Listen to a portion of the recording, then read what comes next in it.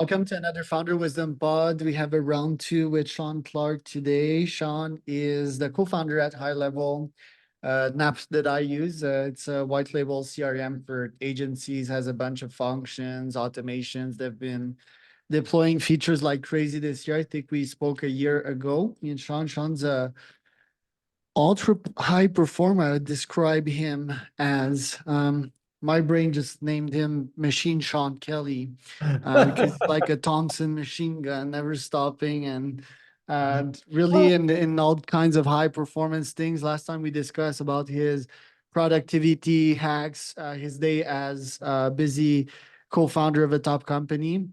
So today should be exciting. This pod is brought to you by podper.com. It's my podcasting company. If you want to start, scale, monetize a podcast, it's also brought in by these guys, Qualia Mind. It's a supplement, one of my favorite for the brain, for busy entrepreneurs. It helps with focus, memory, and drive. Highly recommend it to you guys. You can go to neurohacker.com/CEO wisdom. Shaun, welcome to the pod again. Tell me a bit Yeah, man, more thanks for coming about, back. It's great yeah, to be what here. what are you up to nowadays? Oh my gosh. That's probably the same as last time. Just working hard, expanding high level as fast as we can, getting out as many features as we can, just going hard.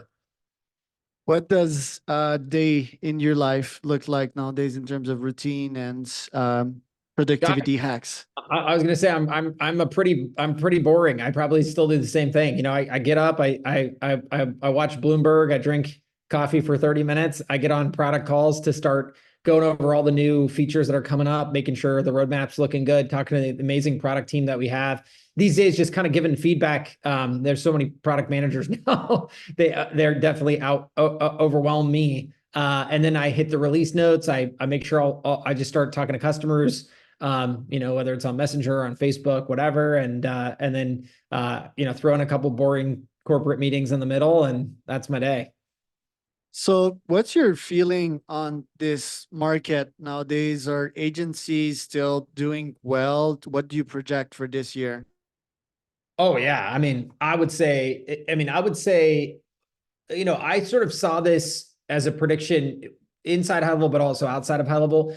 This idea that agencies would form the backbone of software distribution, particularly when it comes to the SMB market, particularly when it comes to, it's funny. I would have thought, I definitely would have said sales and marketing, but like I was just reading the annual report of like a restaurant POS system.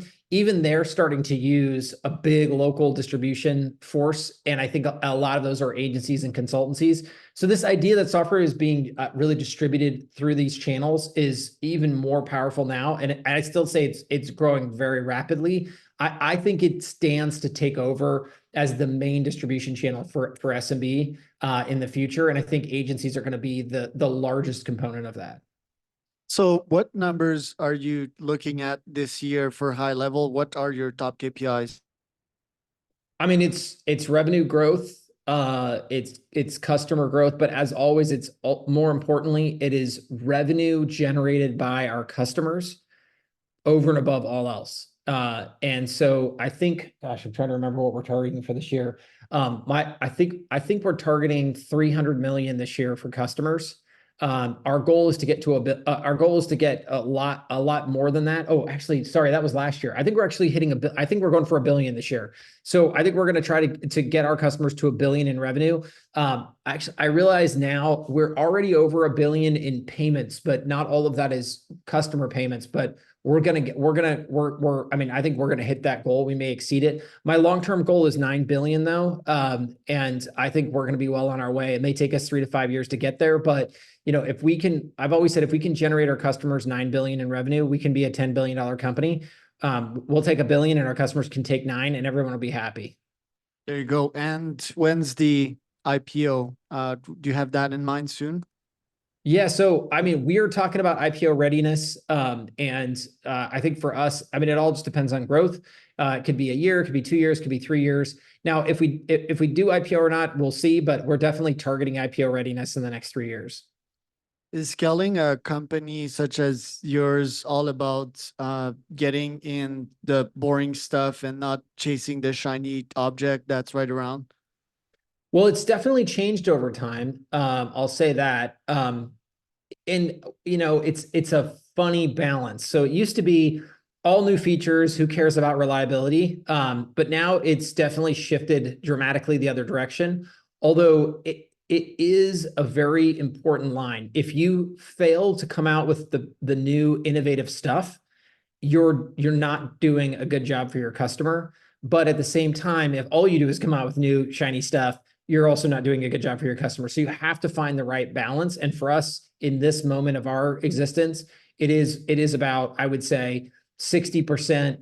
Hey, how do we take the existing features, beef them up, make them more reliable? But as importantly, that 40% better be new, cool, exciting stuff. So we are definitely striking that balance.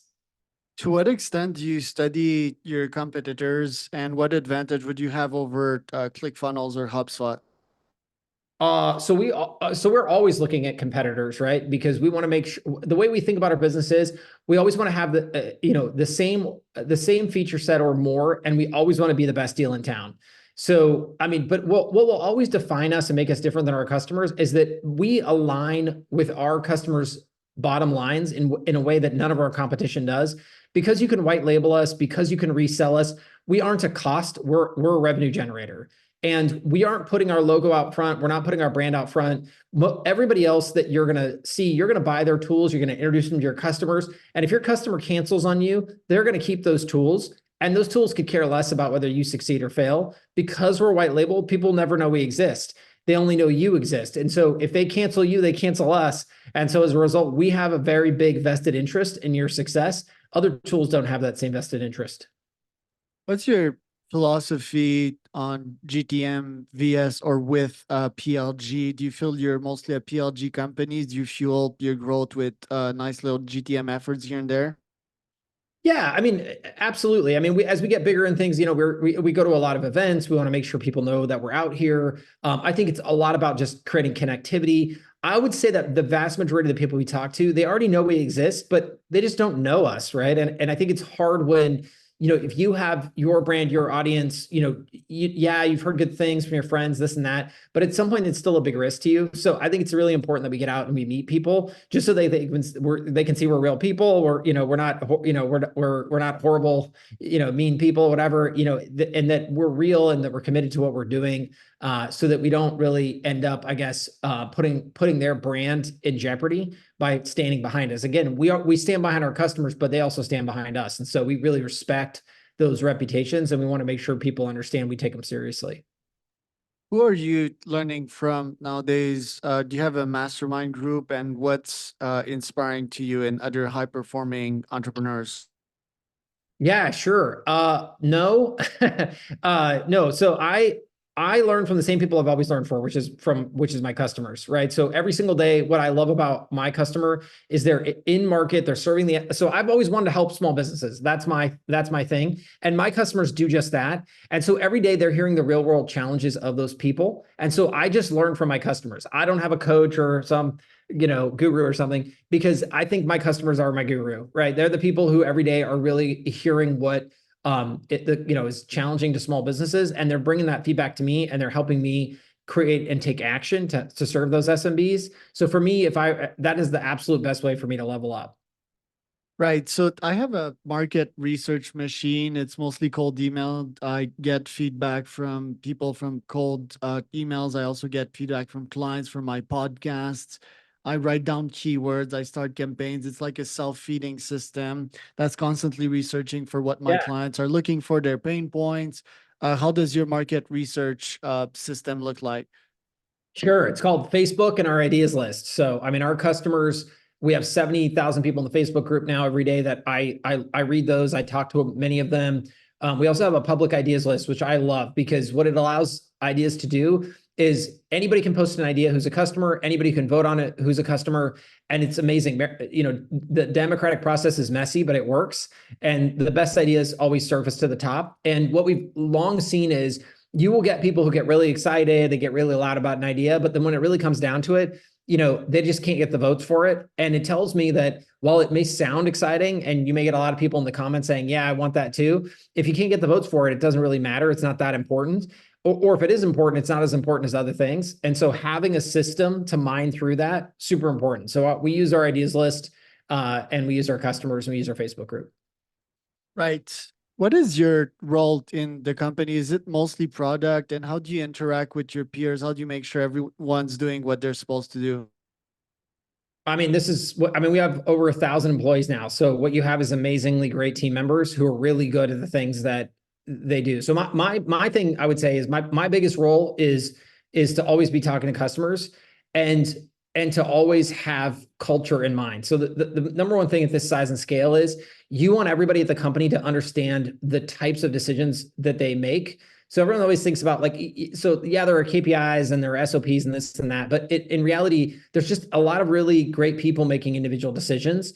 And when they come to a fork in the road, you want them to take the right path, not based on some SOP or some KPI, but based on your company culture and what you stand for. And so for me, it's about how do I make sure that I'm out in front of my people every day. And that's Slack, that's all hands Zoom meetings. Like we had our all hands company meeting today.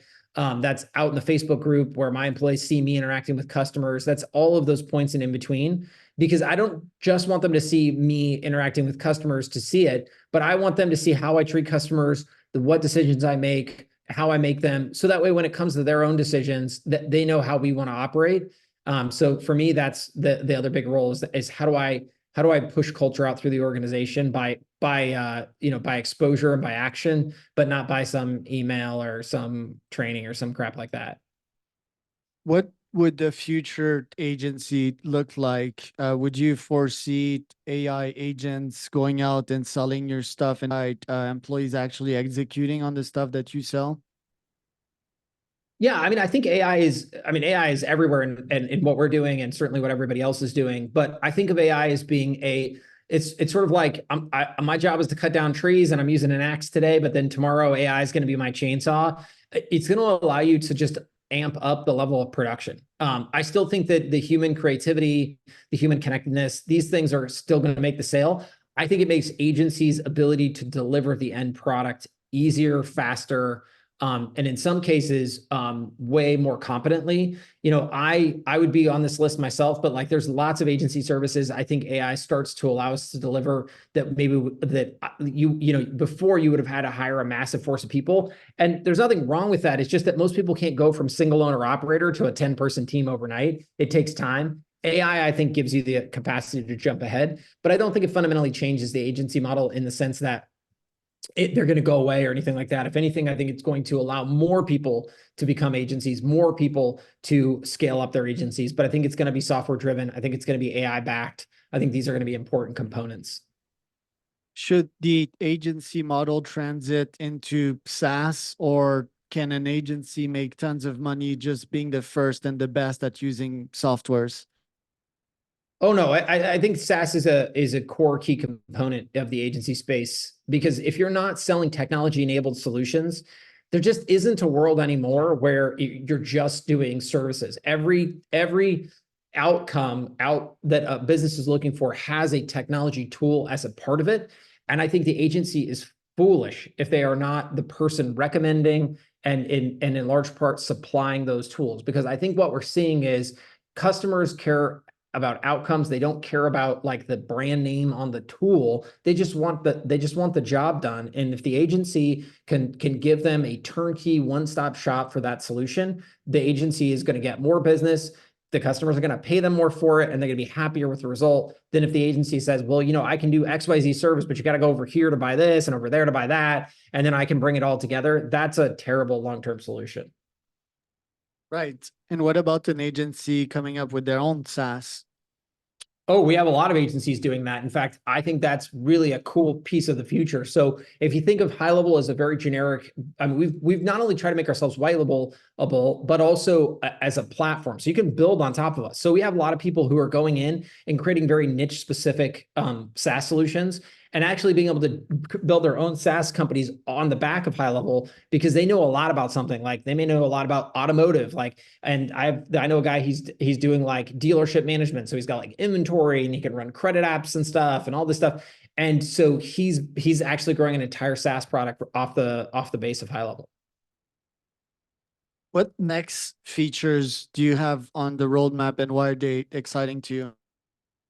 Well, so the one that is in private beta right now that's very exciting to me is the ads manager. So we're going to be able to allow SaaS agencies to sell Facebook ads, Google ads, TikTok ads, all these types of ads out through to their customer base for again, is software powered very inexpensively. So if you don't either A, don't know ads, or B, don't want to don't realize that the traditional ad models are not very scalable, this will allow you to do that at scale for your clients, which I think is awesome.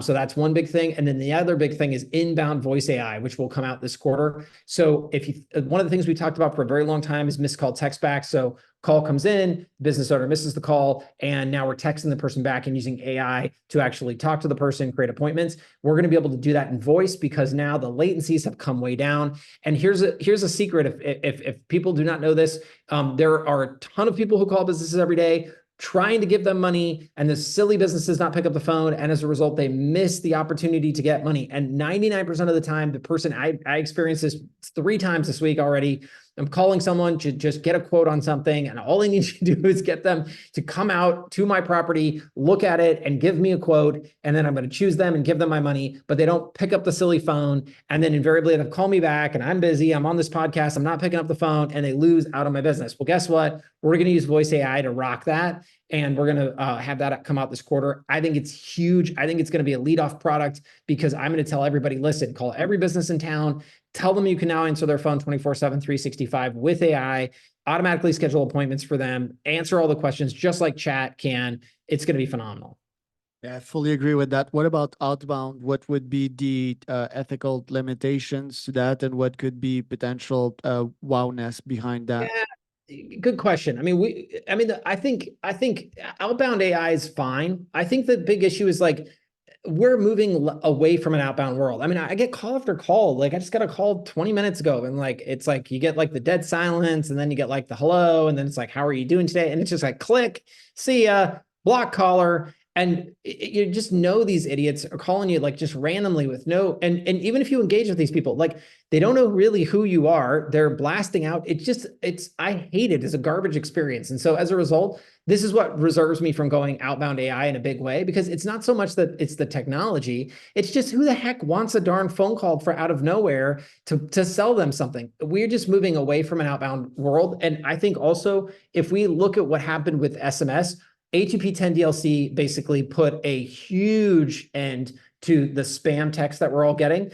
And it's simple. It's because everybody had to register, identify who they were, so that when we all hit spam or type stop or whatever on our phones, the carriers could just take that person out, not just the phone number, by the way, but the actual root person. They're doing this, they're going to do this for calls next. And this whole outbound calling thing is going to just die in the dark because no one wants it. It's a dead way to sell, in my opinion. And regarding AI voice, I've been using SenseSpark AI videos lately. So I upload Apollo list in there, and it's like, hey, Shaun, the video says that, and I can do that at scale. Yeah, It, the company tag as well is personalized. It's pretty that's cool. cool. They're a Vidyard competitor. I've also Yeah, been using Delphi .ai. Not sure if you've heard about them, but it's like chatting with me with my real voice. It's yeah, like a chat GPT, but a Charles GPT. What do you think that's about these cool. two things? Yeah. So that's much more interesting, right? Because that's interactive, it's visual. Yeah. So I think that's the type of thing. In fact, if I would say after voice will come video, like video will be the next big thing. Now, this is what's fun about working with people like you and having great customers, because the question on video, I would say, is what are the big things that like what becomes like the normal or the biggest or the the highest use of video first. And that's really more my question is, where do we go? And of course, I don't know that answer. I'll just ask my customers and they'll tell me. But yes, absolutely, after voice will come video for sure. And I think video is a really cool new medium to attack with AI. Yeah, and Delphi are about to deploy a feature in which there would be a video avatar of me. I could use it for podcasting. That would bring this would bring like an impersonal aspect. Was like, oh, it's not the real Charles, but I think I do it as a filter, and then top guests like you, I would actually interview them in person because they're worth my time. What do you think about what's coming up for the podcasting world? Yeah, I mean, I think that is really interesting, right? So I don't know, like it's like anything, like if it has value, I don't know if it's if AI is used to generate it per se, if it's any quote unquote less valuable, right? So I think what we just watch is like, do people respond to those types of videos at the same level as if you were going to be there? And I do think it matters. It's funny. We do some interviewing ourselves, and and we're doing some testing to see if the host matters. And in our case, it's two different people. But I think that that's really the question. You just look at the engagements around the artificial host versus the not artificial host. I have to think, though, that there are some segments and some scenarios where AI hosts will do just as well. In fact, I heard that on national television in India now, they're using AI hosts for doing the weather. And it's because I think the average person, as much as you love the weather person, you're willing to just take the artificial host because you just want to know what the darn weather is, right? And so I think this is a real thing. So I'm excited to watch this because wherever that line is, we'll figure it out, and then how we'll provide that natively as a function. Do you think most agencies should have a podcast as a lead gen mechanism just to talk to people that wouldn't accept a demo call with them? Oh my gosh, yes. In fact, the number one best cold email strategy I ever saw was someone sending out an email saying, "Hey, I'd love to have you on my podcast." Now, the funny part about this is, on one hand, I would say, well, the downside is it actually requires work. But here's the deal.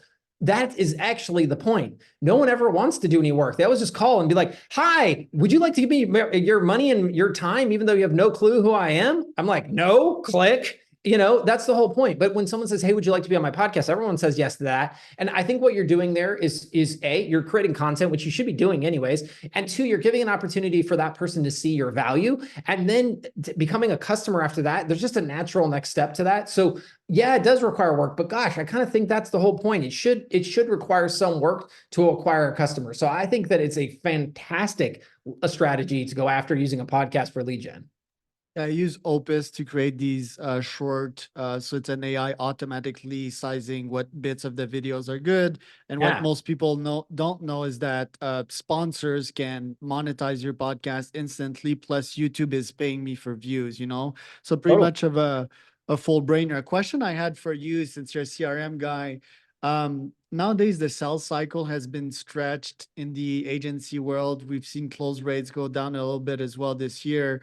How can agency owners shorten their sales cycle through better follow-ups, and how can they increase their close rates through these same follow-ups?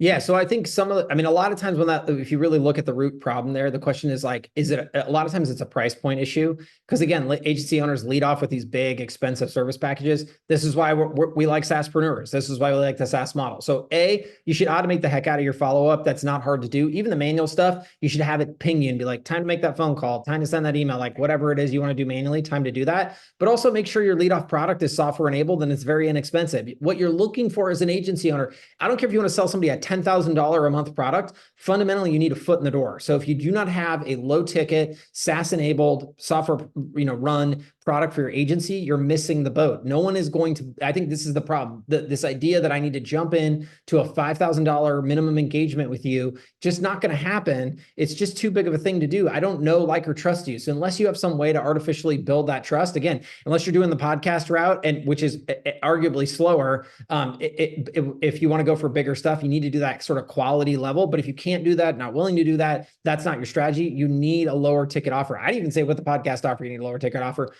Because invariably, even with big services, the problem also is longevity. How many people can spend thousands of dollars a month on an external service? The answer is not many. So you need something for people to fall back to so that they don't end up firing you. So you have that long-term LTV. So services can come on, services can come off, and you're not losing the customer. So there's lots of different ways to attack that, and a good reason to go that way. Yeah, I've been exploring micro revenue this year, and it's micro transactions is micro trust transactions. It's like, hey, here's the money, here's what you get in exchange. I get to trust you with my money. So yeah, I think this is obviously a genius offer.